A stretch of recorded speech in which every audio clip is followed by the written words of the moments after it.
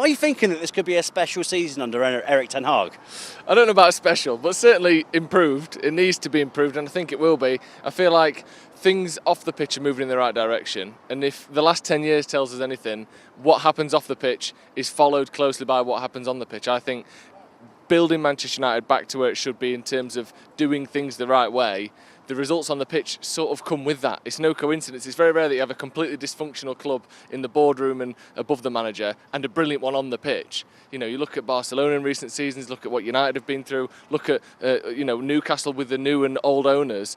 When things go well off the pitch tends to follow, and people want to put all the pressure on the players. But I think something's building at Manchester United. Do you reckon the critics are going to be silent after the season under Erik ten Hag, or could it all end in failure come May? They'll never be silent. We could win the league and there'd still be critics, because it only happened because City got relegated because of all their charges or whatever might happen. But I do think there's always going to be critics, and we're not going to win the league. So there'll be reasons why we could have done things better, and that's just because of the standards of Manchester United. There will always be critics. Writing about Manchester United gets more clicks, more views than anything else. So the people who don't like United will always have something to say.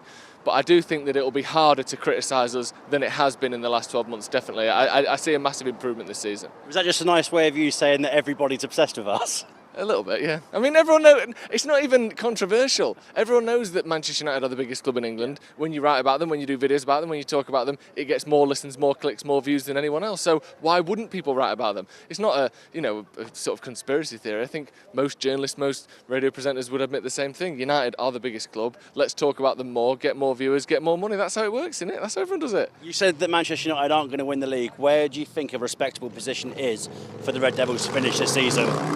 I think top four is respectable and comfortably achievable as well. We saw the year before last, we finished third and it was, relatively comfortable. We're in the top four for most of the season. We won a trophy as well. I think that this squad is more than capable of finishing top four, and I don't think we have to even be at our best to finish top four. I think, we played sort of 2/3, 3/4 of our best and finished third a couple of years ago. So if we can get back to that level, I think fourth or third, maybe even second at a push, would be relatively comfortable, really. I think we've got a very good squad. Are you backing Jadon Sancho to bounce back, or will he be gone this transfer window later on?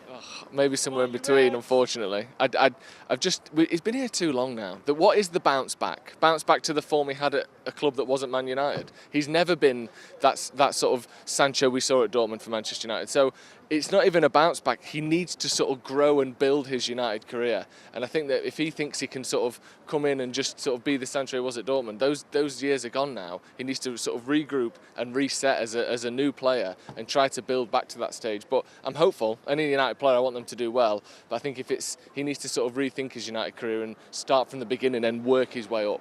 Right, Jay, 8th last season for Manchester United in the Premier League. Realistically, where are you going to finish come May? I think we can finish top four. I think fourth is a realistic ambition for Manchester United. We've still got a very good squad. I know last season wasn't good enough, but we had a lot of injuries. And you saw the fact that when we did turn up in the games against Liverpool, for example, in the FA Cup, and Manchester City in that final, then we were capable of beating the best team. So I do think we can improve on last season. We have to. We can't have another 8th finish. That was ridiculous. And especially here at Old Trafford, some of the results we had last season weren't good enough. I expect us to kick on. I expect us to improve. And I think we can get top four. I think that's a minimum. That should be a minimum for Manchester United. Erik ten Hag, is he going to silence the haters at the club, the media as well, everyone that slagged him off? Is he going to prove that he should be Manchester United manager? I think so, yeah. I was saying this last season. I was saying it before the FA Cup final, so I was certainly saying it after the FA Cup final. But look, if you finish 8th with Manchester United as Manchester United manager, you're going to get stick. You're going to have people on your case. I get that. It wasn't good enough, but I still think he's the right man for the job. And I think, like I said earlier, if he can just get a bit more rubber to green with injuries in particular, then yeah, he can move this club forward. Let's look what he did in his first season. Third in a trophy and another final as well. It wasn't too shabby. So yeah, I think he's the right man for the job. Who's going to finish top goal scorer then? Because obviously you've got Xerxes might be playing across that sort of like front three. Højlund's out for a couple of weeks. Are you still looking to bring in another striker, or do you think someone else like a Bruno Fernandes could be a top goal scorer this year? I'd like to see Marcus Rashford get back to his best. I really would. You look at that first season under Erik ten Hag when he hit 30 goals in all competitions. I think he equalled records in Dennis Violet's consecutive goal-scoring record here at Old Trafford. And I think there's still a player there in Marcus Rashford. A lot of people have given up on him, but I'd love to see him getting back to his best. And I think if he does, he's capable of being our top scorer. Matthijs de Ligt joined this week from Bayern Munich. Do you think in a couple of months' time, even in a couple of weeks, that we could see Lisandro Martinez and De Ligt being that force at the back for Manchester United? You might see it tonight, you never know. But yeah, I think so. I mean, there's a reason why he was so sought after. You look at the career he's had. He's only just turned 25. He's already been at 3 of the biggest clubs in the world. He's won titles in all those countries he's been at as well. He's a fantastic player and a bit of a leader. And that's what Manchester United have been lacking. And one of the few players we've got who is a leader as well is Lisandro Martinez. So potentially that centre-back pairing could work well. But you've also got Lenny Yoro as well. Where does he fit in? It's interesting to see what's going to happen. Jadon Sancho back at the team after his loan move to Borussia Dortmund for the second half of the season. Is it now the time that we're going to see Jadon Sancho kick on in the Premier League for Manchester United? I don't think so. I'll be honest with you. I'd like to see it happen. I think he's still a fantastic footballer. I just don't know if it's going to work out for him at Manchester United.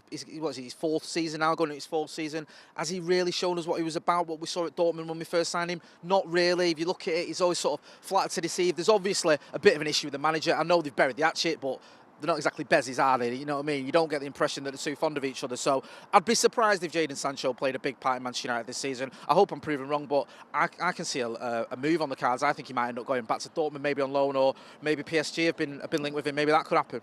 I spoke to you about the back line. I want to pick your brains about the wingers. Obviously, Marcus Rashford can play on that left. We can play across the whole face, let's be quite frank, but obviously mostly on that left side and as a number 9 as well. I want to talk to you about Garnacho and Amad Diallo. From what you've seen in it, well, the FA Cup and also the Community Shield as well, are they the bright sparks that could also be lighting up the Premier League on both wings, and they could be your main starters later on in the season? Yeah, I'd like to think so. I think they both deserve that. I think you look at Garnacho, I think he played something like 30 consecutive starts or something for Manchester United last season. People forget he's still only a kid himself, he's still only a youngster, but he's had a phenomenal start to his United career. And we saw it in the Community Shield, he came on, had a big impact, and he's done that throughout his career at Manchester United. Amad Diallo, I mean, he's never really had much of a chance, but when he has had these little moments, he's taken them. You talk about the FA Cup quarter-final at Old Trafford here against Liverpool, where he got that late winner and then got sent off, which was pretty funny, to be honest with you. So yeah, I'd love to see those. This is what United should be about. Wingers that attack the fullback, get forward, get amongst the goals, and I think both those players can do that. Well, you look at it over like the years gone by, you had Ryan Giggs, you even had Nani as well, Valencia if he was coming down the right,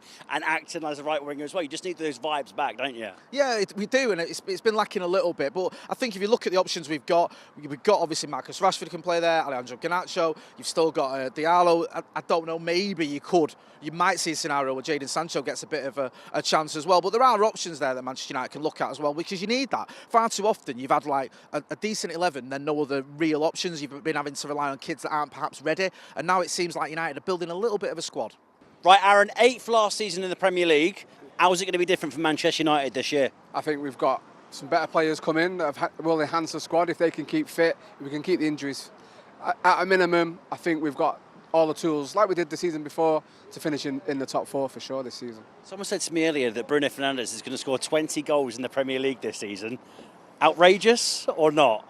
I mean, was that including penalties or non-penalties as well? I mean, if it's including penalties, We'll put penalties in there as well, because it all adds up to the same thing. if it's penalties, I can agree with that. But I mean, going off the last couple of seasons, probably not going to be the case for Bruno. But if that means, we are closing the gap. Finishing on minus goal difference is embarrassing for Manchester United. So if Bruno can chip in with a few more goals, I'll be more than happy. Do you think we're starting to see a new back line? Obviously, we're seeing a new back line with players coming in, but the identity of the Manchester United back line, do you think it's going to be one of the best in the Premier League that we see this season? That's a really good question. I think there's the potential there for it to be that centre-back partnership of De Ligt, for me, and Martinez could be transformative for Manchester United. And you look at, Gabriel and Saliba, those partnerships, City and any one of their centre-backs are brilliant. We need that strong centre-back partnership that we've not had for a couple of seasons. And I think those two could be amazing. Delo, if he can get a little bit better than he was last season. Mazraoui, we need a left-back. I think it could be brilliant, mate, yeah.